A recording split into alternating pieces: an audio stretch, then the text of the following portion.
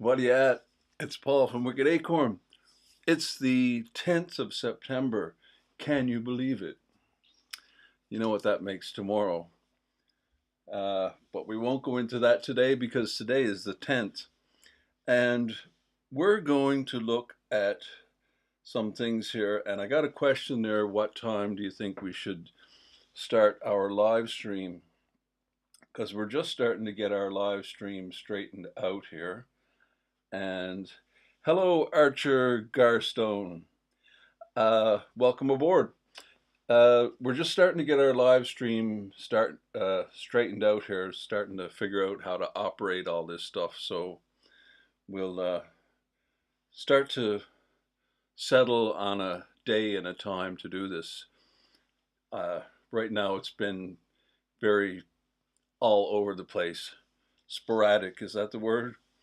So we're going to look at this day in history. And on this day in history, oh, see, that didn't work right. That was supposed to play there, but it didn't. Our man Salix is supposed, there we go. That's our mascot, Salix. He's a wicked acorn. So we're going to look at this day in history. And let me get the chat back up there so I can see what's going on. Hello, hello. This day in history. So last time I left you with this photo, and we also have a little thing we have here. Can you figure out where this photo is? And this one relates to today's video. And I covered up the sign there with question marks, as you can see, because otherwise you would know where it is. And this is, anybody? It is Chorlton Green in Chorlton-cum-Hardy. And that is St. Clement's Church and Lichgate. And this is a photo from 1910. And Chorlton-cum-Hardy is a suburban area in Manchester, with Chorlton Green as a historic conservation area within it, featuring the Grade 2 listed Lichgate, the sole remaining survivor of the former St. Clement's Church. Lichgate, built in 1887 by Sir William Cunliffe Brooks. He's a guy that pops up on this channel quite a bit, Sir William Cunliffe Brooks. And he left quite an architectural legacy in this area. And it marks the site of the old church and was restored in 2025 after the original church's demolition in 1949 due to disrepair. The former churchyard is now a public garden and a popular cut-through for locals. So it looks very much the same today, except the church isn't there. And we're going to Chorlton-cum-Hardy in today's video. So I'm going to show you our next Where Is It photo. So this one is for the next time we go live. Let's see if you can figure out where this photo is. You've got to be really on your toes to figure this one out. This one is not easy at all, unless you know. It's easy if you know. So I'll leave that there just for a moment so you can take a look at that. That one is not an easy one. That's not an easy photo to identify where it is. I'll give you a clue. It's in England, because we've had ones that weren't in England. But this one is in England, and it's not far from where I am here in Greater Manchester. But in England, nothing is very far away. So it's, as I said, the 10th of September, and we're going to look at some events that happened on this day before we get into our video. So on this day in history, September 10th, 1992, Lucy Van Pelt in Peanuts raised the fee from her psychiatric help booth from 5 cents to 47 cents. Charlie Brown's reaction to the price increase showed more concern about seeking a second opinion than the new rate itself. Lucy had raised her price above 5 cents on other occasions, including charging 7 cents for seasonal rates. Lucy's psychiatric booth made its first appearance in Peanut Strip in March 27, 1959. So I have several sites that I go to find this day in history things. And most of them claim this thing. September 10th, 1992, she raised the price from 5 cents to 47 cents. However, if you look into it, it's not true. The claim that Lucy and Peanuts Comics raised her psychiatric help fee from 5 cents to 47 cents in 1992 is false. Lucy maintained her original fee of 5 cents through the end of the strip's run. The misconception might stem from other characters or perhaps a misunderstanding of the strip's actual events, as her rates were consistently 5 cents. So it's so weird, like you see these things online and and it's just gone absolutely crazy these days that things are just absolute lies. And you can't trust anything you find online. And it's always been the way. Like when people tell you things, what's that saying? Believe half of what you hear and none of what you see, or something like that. Half of what you see and none of what you hear. It's amazing how it's so weird that people make up these lies. So weird.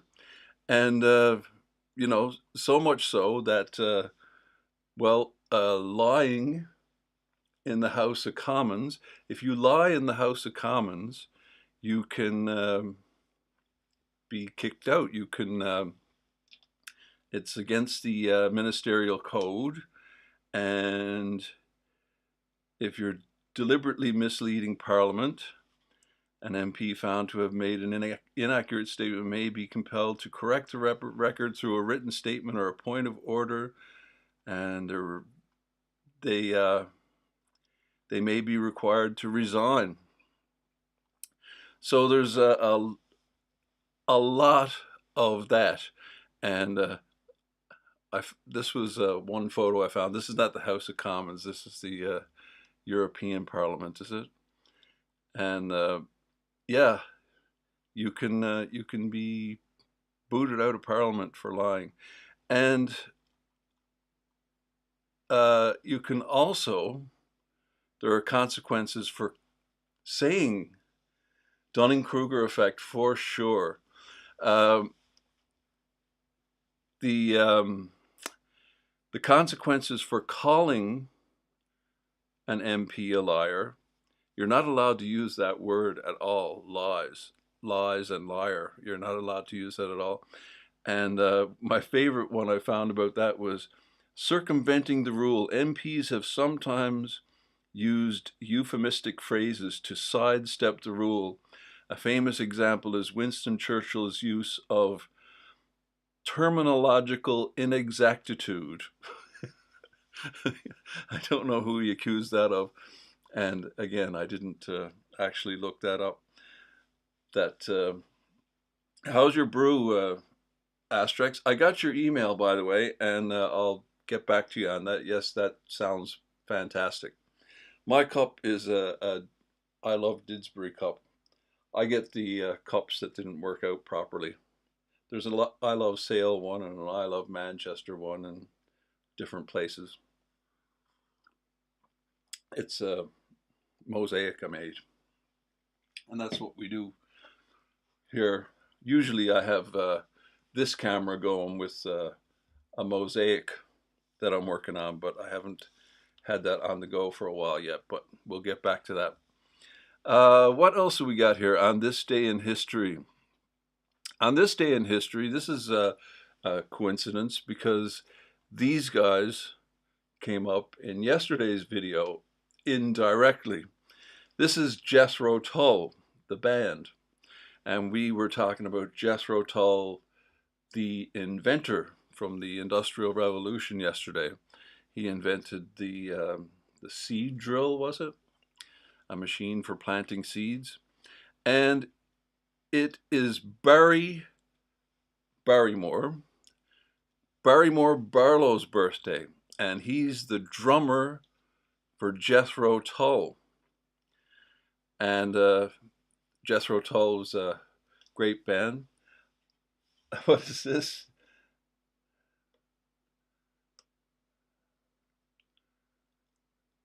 Right. Yes.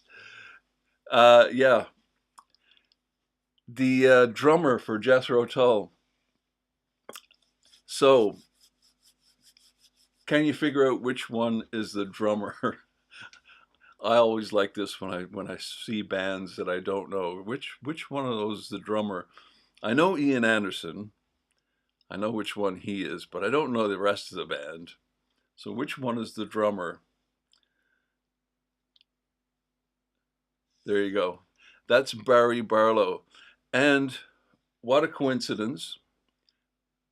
Barry Barlow, talk about connections. Barry Barlow, Barlow Hall is where we're going today. So I'll just show you our Where Is It photo once more. And we will move to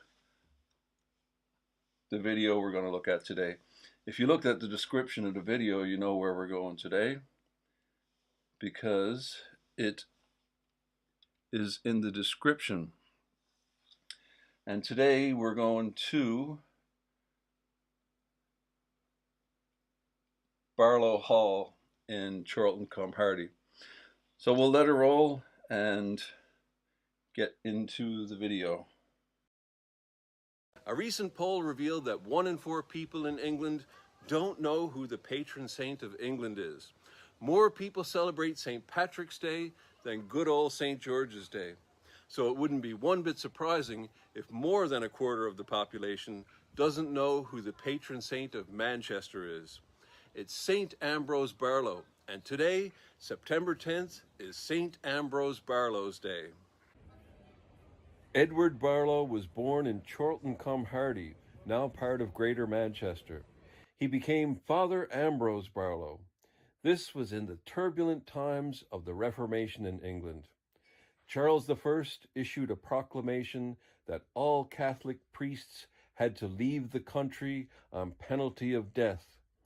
Father Ambrose Barlow did not, and on Easter Sunday, 1641, after conducting a mass for 200 people, he was surrounded by a mob of 400 and taken away to Lancaster Castle for trial.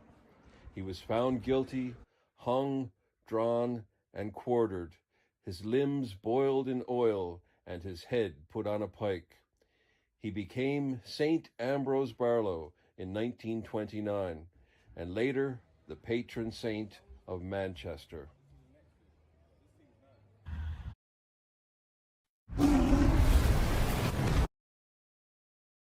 There we go. We got to hit that pause button so we don't get copyright claims on our video here from music in these videos, which happens.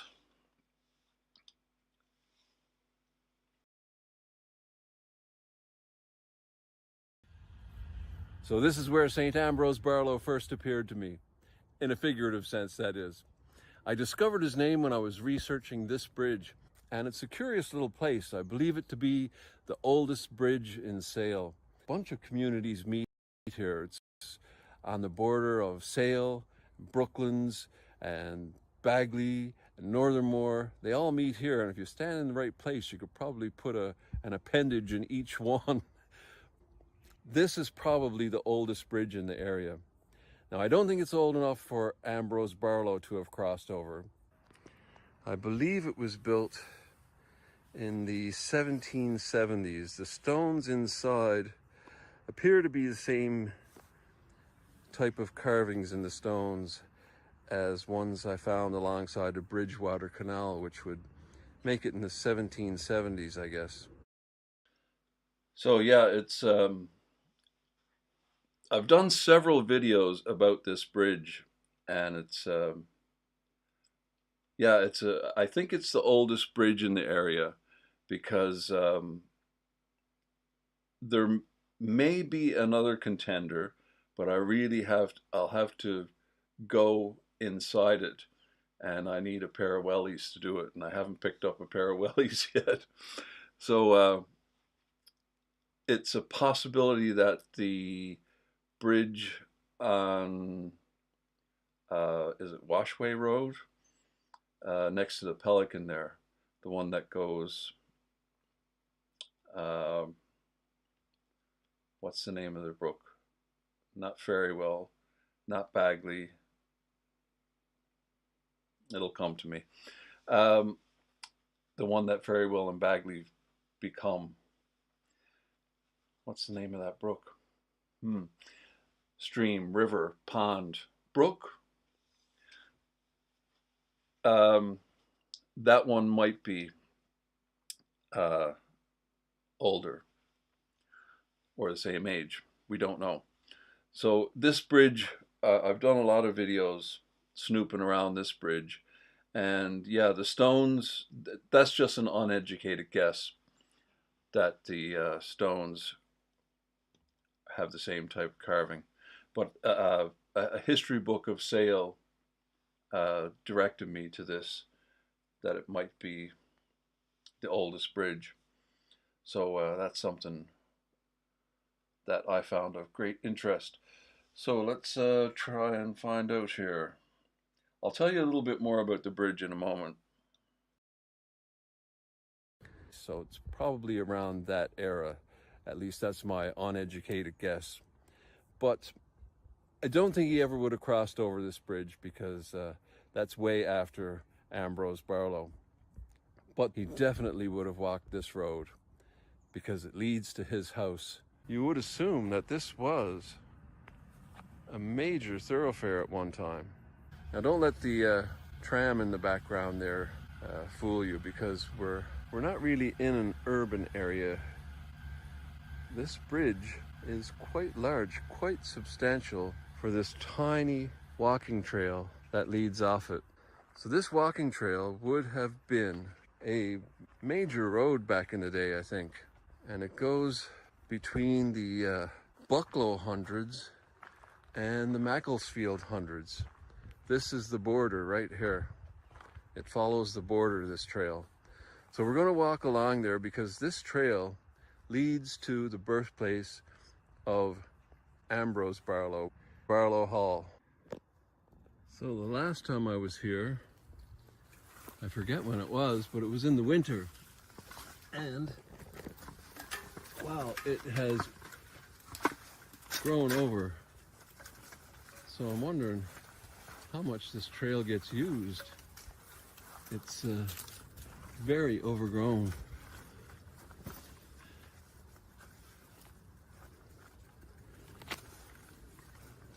Hopefully it clears up a bit as we go along. So back in the day, this would have been like a major road, I think. And it went from Bagley back there and beyond to the Mersey. And at the Mersey, there was a ford across the River Mersey, and this road picks up again and leads to Barlow Hall. You have to do a lot of back and forth between the modern maps and the ancient maps to find out where this trail goes. But here's our bridge, and this is the trail that follows the boundary between the Bucklow 100 and the Macclesfield 100. Follows this tree line.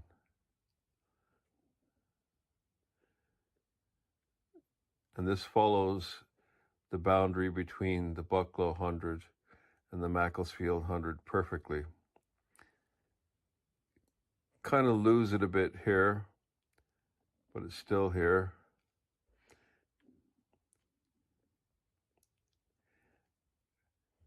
Comes across here. It even follows these tree lines in these fields. It's fascinating to look back through the old maps of this area because there's nothing around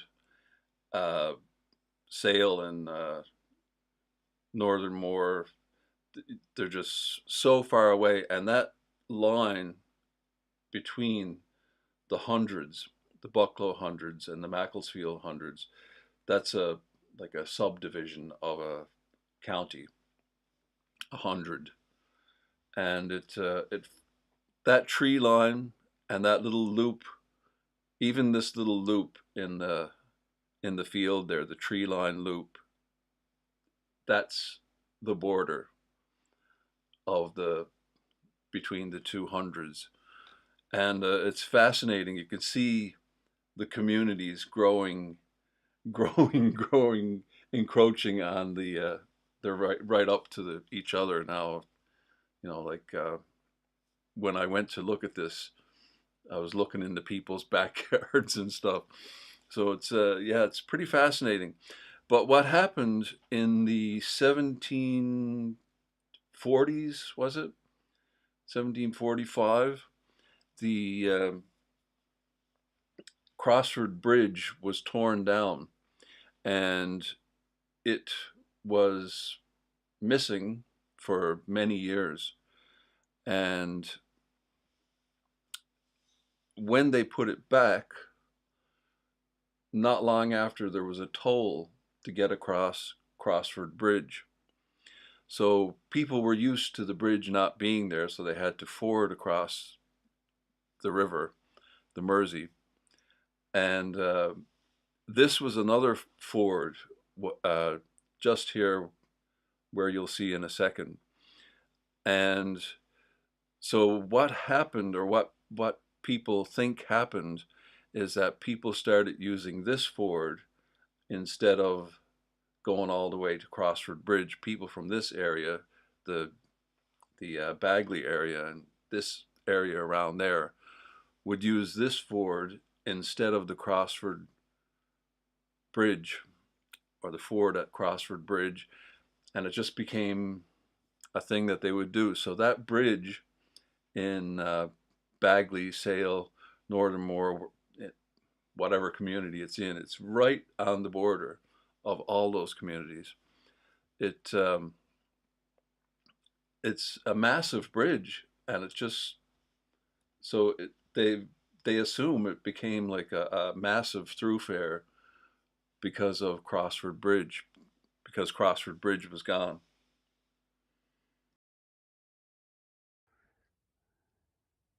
These still exist on the maps, on the ancient maps.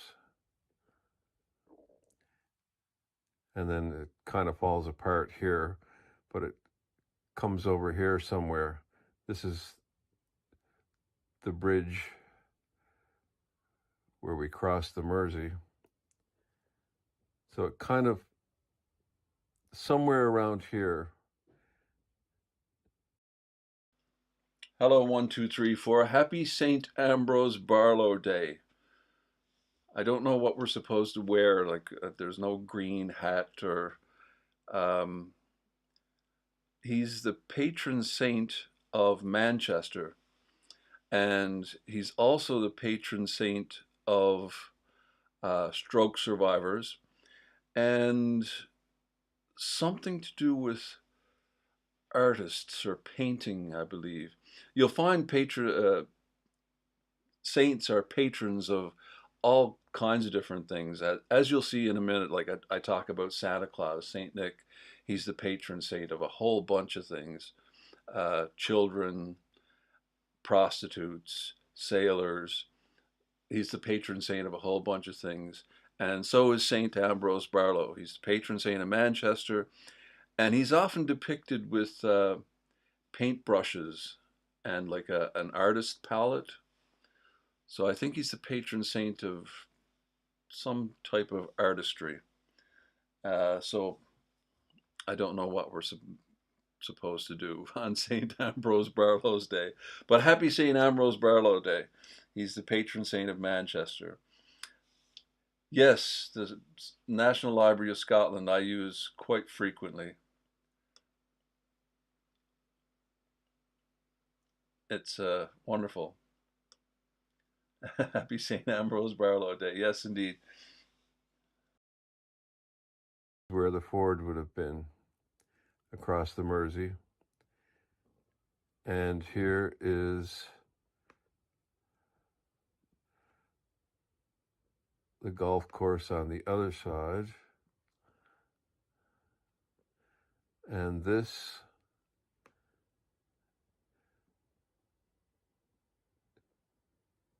is Barlow Hall.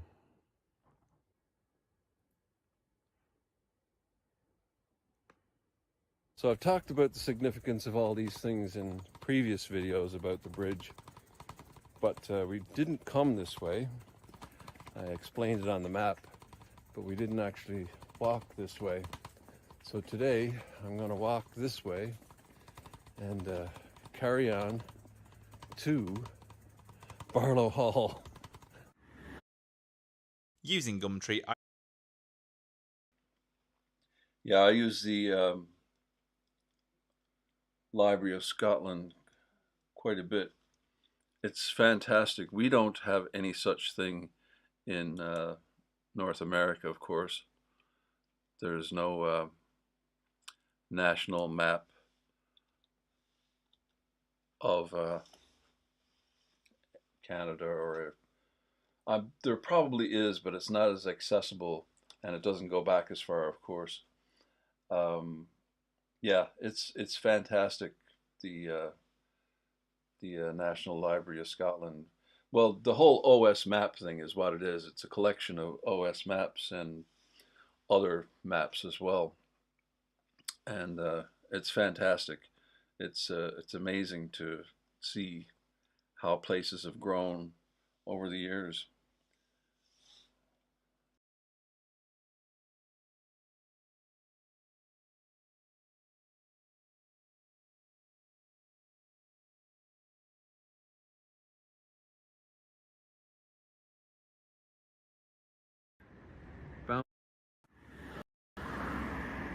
So there are clues in names.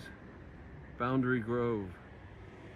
It was once the boundary between the Macclesfield 100 and the Bucklow 100. So we've just entered Northern Moor, and I got to check my bearings because we're headed to the golf course, which will take us to the river, which will take us to, we'll get there. It was funny when as I said, there's a couple of videos of me researching making this video about the bridge that exists in 3 places and has no name. And yes, overlaying the maps is fantastic. It really is brilliant. Um, the I've forgotten what I was talking about. Um, the Going back and forth between the maps was how I came across that. I was going along following the border between the Bucklow hundreds and the Macclesfield hundreds. Went down a deep rabbit hole.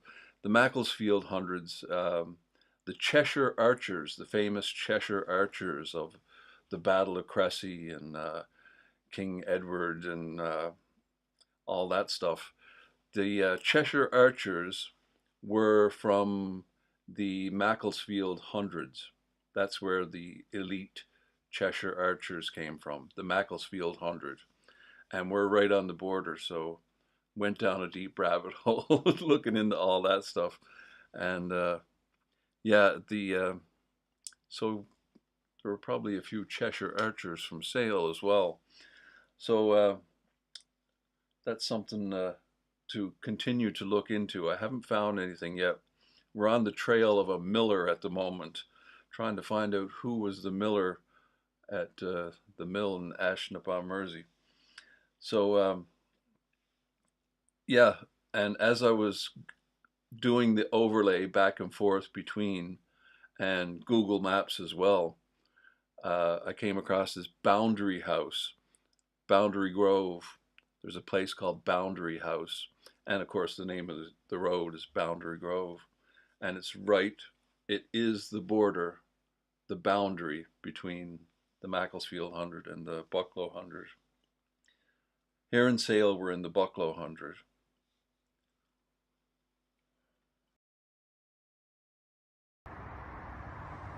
Busy, busy road up there. But we're heading into peacefulness.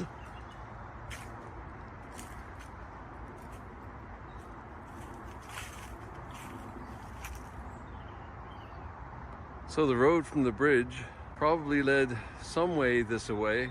I don't know exactly the route, but the trail was picked up on the golf course in Chorlton-cum-Hardy. So this is another lovely mess I've gotten us into. I've never been on a pilgrimage before, you'll have to excuse me. We're on the trail of St. Ambrose. Did you know that St. Ambrose is the patron saint of not only Manchester, but of stroke survivors? Because he had a stroke in his mid-50s. When he was taken, he was put on a horse, and somebody had to ride behind him, like on the same horse, sitting behind him, so he wouldn't fall off. He didn't have full control of his body, I guess, probably partial paralysis. So he is the patron saint of stroke survivors. All the saints are patrons of certain things, very odd things sometimes, like Saint Nick, Santa Claus. Everybody knows Saint Nick, Father Christmas, Santa Claus. He's the patron saint of children, but also the patron saint of prostitutes. And a patron saint I pray to often, inadvertently, is Saint Anthony, and he's the patron saint of lost things. So I often find myself not really praying to Saint Anthony, but looking for lost things. So this is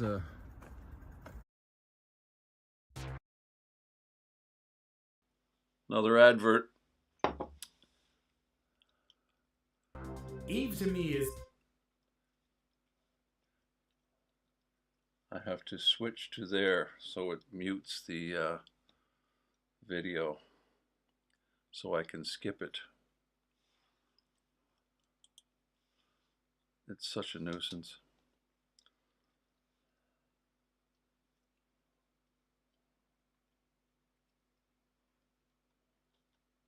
we've got on today.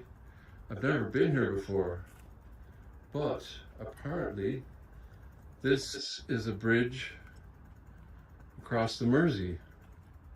This is the Mersey here. Now, I've never been here to this part of the River Mersey before. I've never been on this bridge before, never seen this bridge before. Didn't know this bridge existed before.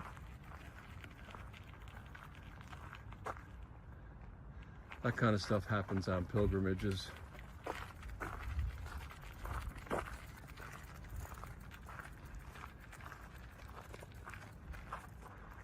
This bridge is all about function, and that is all we require of it today. We need to get to the other side. I'm sure Edward spent some time hanging around the Mersey as a young fellow. He just lived over this way, and I'm sure he wouldn't recognize this Mersey. It's a lot different than it was in the 1500s, in the late 1500s. It would have been a lot wider. The banks wouldn't have been as steep. This has all been built up and fortified to prevent flooding. and he wouldn't recognize this. So the trail that we followed from our bridge way back in Bagley ended up somewhere here on the Mersey, and probably around here there was a ford in the river that would have been, as I said, easily crossed back in the day when the river was wider and not as deep and fast flowing. You can see all these stones are square and concrete. All this stuff was dumped here to fortify the riverbank. It's a damn shame that you can't jump in there. It's awfully inviting. It was like 32, 34 degrees that day. It was a beautiful day. And yeah, it was a great, great adventure day. And yeah, it really, really pisses me off that you can't swim in the Mersey. It's terrible. What's been done to the waterways in this country is it's it's just so wrong, so wrong. But the river I grew up next to, the Exploits River, was polluted as well. There was a mill, a paper mill, uh, about 9 miles upstream from where I grew up, and yeah, it was polluted with real bad stuff, like heavy metals and all kinds of nasty things. But yeah, it's a drag. We really have to do something about that and get that fixed.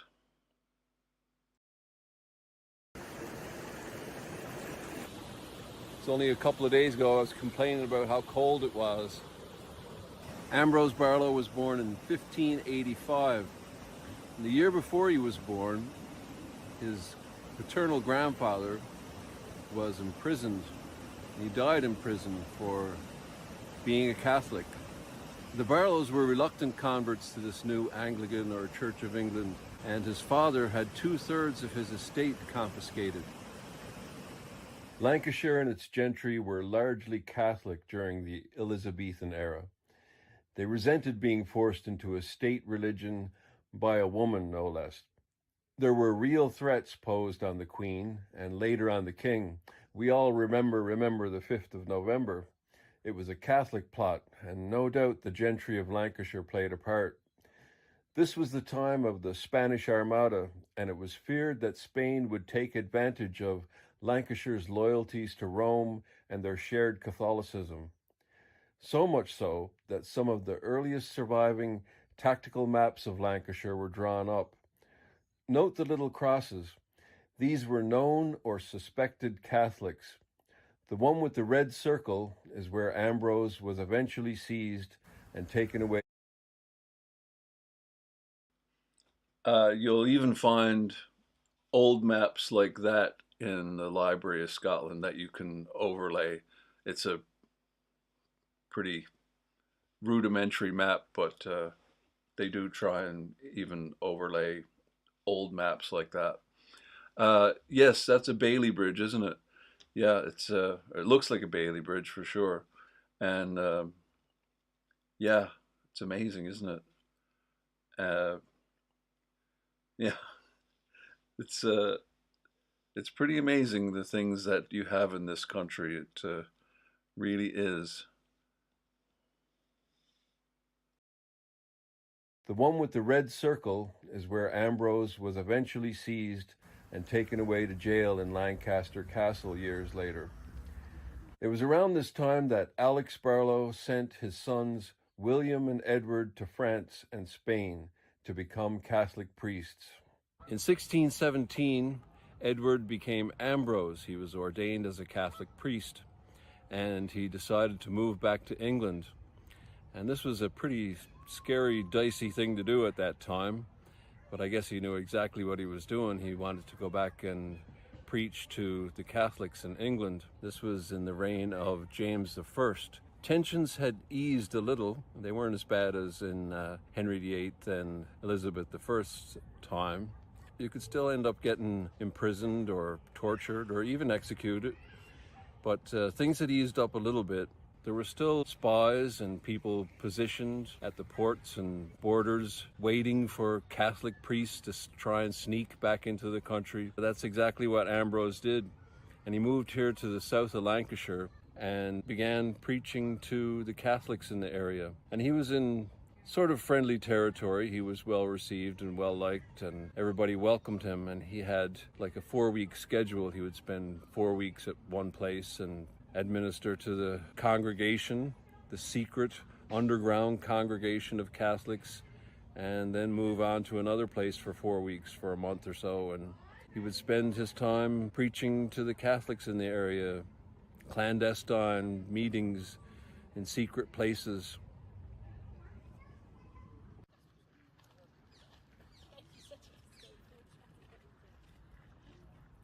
I'm guessing that road sign was a lot easier to see at one time.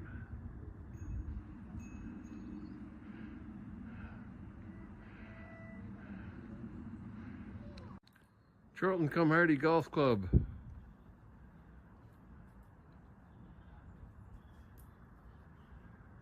This is the Chorlton Cum Hardy Golf Club, Barlow Hall. There's not a great deal of the hall that Ambrose Barlow would have known left. The Tudor bits of the hall are easily recognizable because they look like the Glenmill Inn. There's a lovely... That is an inside joke. It's something when my father came over here with us on one trip, and these Tudor buildings. The first one he saw, he said, "It looks like the Glenmill Inn." The Glenmill Inn is it's done up Tudor-esque style, but it was probably built in, I don't know, the 60s, 1960s, and yeah, it's just got boards stuck on it. It's a very modern building, and it's just got boards. It's white with black painted boards stuck on it. So it's an inside joke for anybody that knows the Glenmill Inn, which is not a lot of my viewers, but some of them do for sure. Are easily recognizable because they look like the Glenmill Inn. There's a lovely framed brief history of the hall inside, and I'll tell you a few selected relevant bits. There was a fire in March 1879 that destroyed the better part of the hall. There's been a hall here as early as the 13th century. The house was rebuilt in 1584 by Alexander Barlow, Edward's grandfather. Now remember, Edward and Ambrose are the same person. I just can't bring myself to say Ambrose's grandfather. It just doesn't sound right. Ambrose's doesn't even sound like a real word. I that happens to me a lot. Like when I was making this video, Ambrose's. It's just I couldn't say it. It just sounded so ridiculous. I mean, I could say it. I could physically say it, but it's in my head. It sounds ridiculous. Ambrose's. It sounds like a made-up word. I'll definitely check out that video about Manchester water. That's another video I want to do. I want to follow the Mersey because, of course, it starts here in Greater Manchester, and follow it to the sea, and follow the Bridgewater Canal from end to end. There's a bunch of videos I have on my wish list. There's many I'd like to do. People ask, are you going on holiday? And it's like, yeah, I'm going to Didsbury. Because I haven't been, well, I've been lots of places in this country, but practically anywhere is new to me. So it's a great adventuring around here. The sundial bears the date 1574. The Latin inscription translates, "I am ruled by the sun, you by the shade." Some of these dates conflict, though. On January 15th, 1585, the hall was searched by priest hunters. They would have been searching for Catholic priests hidden in priest holes. Priest holes, or priest hides, are a fascinating subject. Leave a comment if you'd like to learn more about them. They were ingenious. Priest holes are absolutely fascinating. Um, Another one was what's the one in Salford? The Cheshire Ring. What's the Cheshire Ring?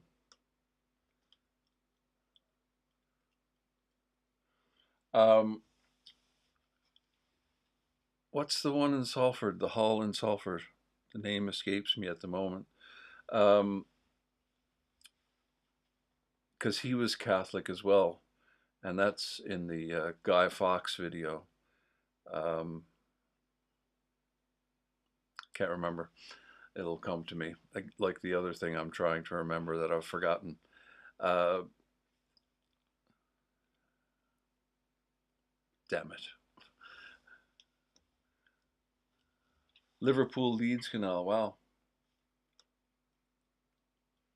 Yeah, I guess they're mostly flat, aren't they? Liverpool Leeds is probably not so flat, but mostly flat. Ordsall Hall. Yes, that's the name. Ordsall Hall. Thank you. Um, yeah, he was the family that owned Ordsall Hall was Catholic, and there haven't been any priest holes found in Ordsall Hall either that I know of. But they're absolutely fascinating, and it's a video I want to make. There was one guy who was the guy. Like if you wanted to get a priest hole made in your house, he was the guy to get to do it. They're absolutely ingenious the way they disguise the entrance to these priest holes. Absolutely ingenious. And I'm sure there was more than one guy, but there was one famous guy whose name has survived that built priest holes. And yeah, incredible. Disguised hiding places for Catholic priests. Anyway, they didn't find any. They probably suspected with all the renovations going on, there was bound to be priest holes built into this known Catholic's home. They were quite common, and the framed letter says there probably weren't any, but there is a subterranean passage that leads to the Moley home about a mile away. I think it's unlikely that Alexander Barlow would not have one or several priest holes in his house. If he didn't, Ambrose's father certainly had one installed. You're going to have priest holes in your house if you have two Catholic priests as sons roaming around the country performing Mass. But it's not surprising that none have been found. The way some of these are constructed makes them very difficult to find. When was the last time you tried to pull up a stair tread in your house? And that's only one example. No two are alike. So that's, I forget where this photo is from, but that's a priest hole. You lift up the stair tread, and underneath. So the photo before this is the same set of stairs. That's the same set of stairs. So you lift up that tread, and the priest shimmies down, hides in there until the what were they called? The pursuivants or something would ransack the house looking for priest holes, looking for priests. And yeah, just check that one out. A stair tread in your house. And that's only one example. No two are alike. They're still finding priest holes. So you can see the guy down there. Amazing, isn't it? All over the country to this day. And most of the original hall burned down, so they can't be found now. Alexander was seized in this raid and sent to Salford jail. This is another coincidence here. This mantle, I completely forgot this. We were talking about the Chorlton Green. The Lich Gate was built by Sir William Cunliffe Brooks, and he owned this house uh, many centuries after the Barlows. But yeah, Sir William Cunliffe Brooks lived here, and you can see his initials in the mantle there. It's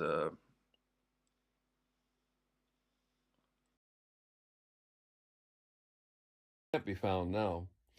Alexander was seized in this raid and sent to Salford jail, where he soon died afterward. In one version of our story, it says it was from the room above this window that Ambrose was seized and dragged to his trial and execution, but the Morley Hall version is generally thought to be the correct one. This lovely window is thought to have served as the altar end of the Hall's chapel. The coats of arms are those of families related by marriage, and the AB in the window is, of course, Alexander Barlow. There's a final footnote to this story. There are many relics of St. Ambrose Barlow, but the most famous is one we've covered here before, the Screaming Skull of Wardley Hall. After Ambrose was executed, his head was put on a pike atop either Lancaster Castle or Manchester Cathedral, or perhaps both. Either way, somehow his cousin Francis Downes retrieved it and brought it back to Wardley Hall. There have been a lot of strange incidents connected with the skull, and we've done a video about it. Check the description for a link. It still resides in a niche at the top of the stairs in Wardley Hall, now the official residence of the Roman Catholic Bishop of Salford.